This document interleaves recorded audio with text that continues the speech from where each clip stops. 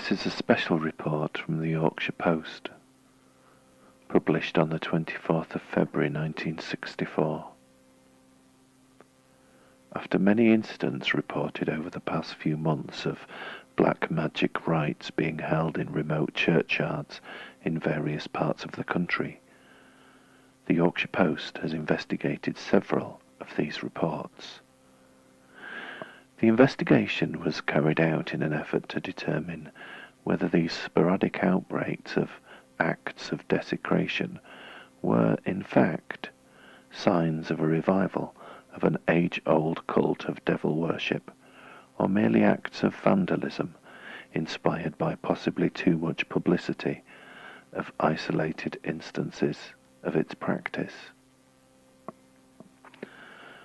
Newspapers and magazines have given wide publicity to such instances.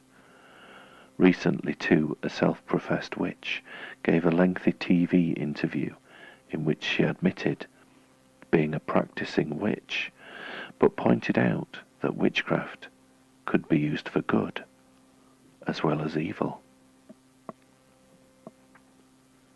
Police and other authorities in the areas I visited are inclined to believe that, in the main, these instances of desecration are pure vandalism, carried out by irresponsible teenagers aping the real thing.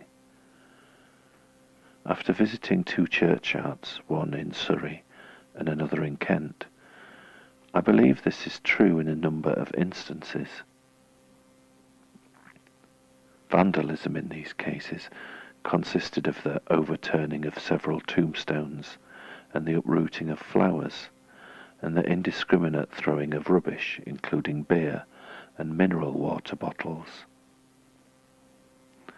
Against this, however, there is the instance of the occurrence at Clophill, Bedfordshire, some months ago. The vandalism there was much more sinister.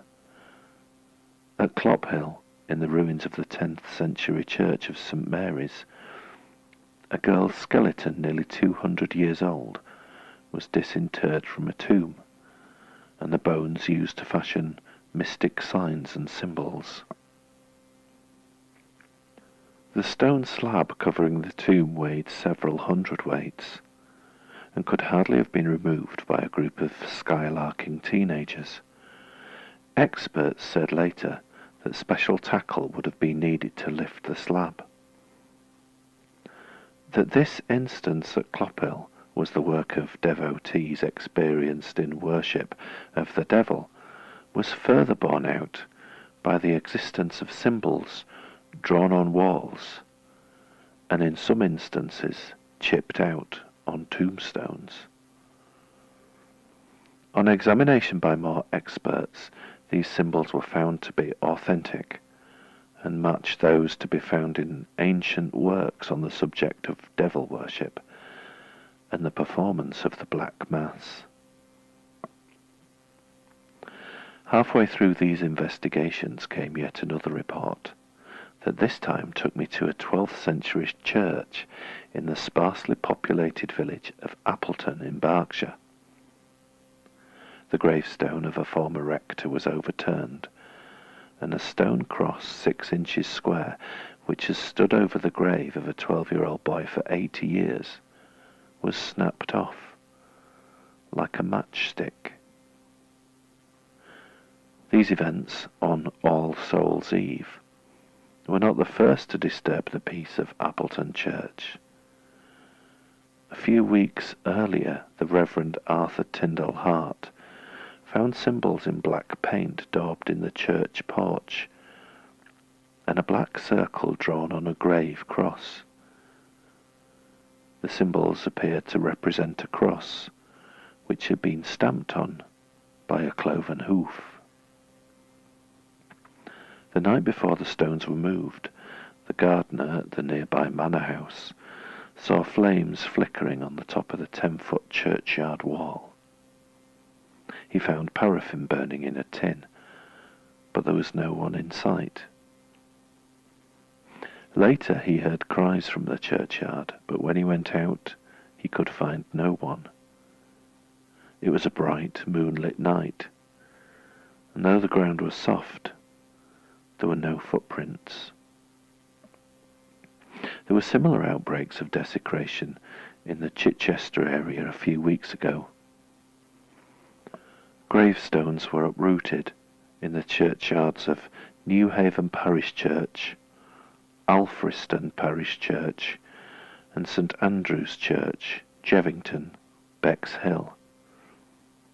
Again, what appeared to be black magic symbols were chalked on them, and against the front door of St Andrew's Church there were signs that black candles had been burned. The rector of St Nicholas's Church at Bramber, also in Sussex, put a curse on those responsible after figures of angels had been wrenched from graves in the churchyard. Here, too, black magic symbols had been daubed in the porch. The rector told his congregation that he was in no doubt that the desecration was the work of persons practicing black magic. After these outbreaks, the Bishop of Chichester, Dr. R.P. Wilson, had talks with East Sussex Police in an attempt to find ways of preventing a repetition of such acts of sacrilege. Dr. Wilson said later, "I am satisfied that this is something more than hooliganism. It's a deliberate attack on what the churchyard is for." The latest act of such desecration was reported only a week ago, in a ruined church in isolated country at Babingley, Norfolk, a hamlet which forms part of the Royal Sandringham estate. The ruins are reputed to be on the site of the first church to be erected by Saint Felix when he brought Christianity to East Anglia in 600 AD. In this instance, a sheep's heart pierced with 5 thorns and a 6-inch effigy of a nude female figure with a thorn through its heart were found nailed to the wall of the old bell tower. On a window ledge was the stub of a black candle. This was the 3rd such incident reported in the area. 3 weeks ago, similar symbols were found in the ruins of a church at Borsey, 4 miles away, and a similar incident was reported at the ruined castle at Castle Rising, less than a mile from Babingley. In some villages, local inhabitants have formed voluntary vigilante groups who patrol their local churchyards until well past the witching hour on nights of the full moon. That in many instances such acts are pure vandalism and mimicry by irresponsible people with time to kill cannot be doubted.